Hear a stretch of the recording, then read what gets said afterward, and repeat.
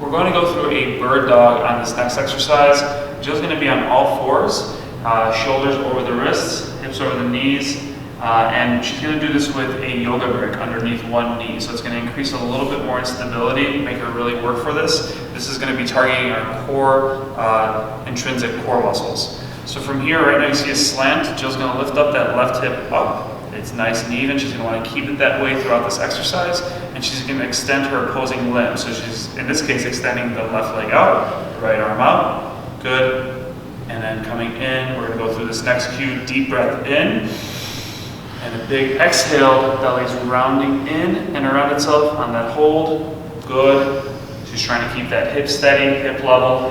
And what she's not trying to do is trying to lift that leg up too high. We don't want that. She's just kicking the leg behind her. Hips are even. Coming in for one more.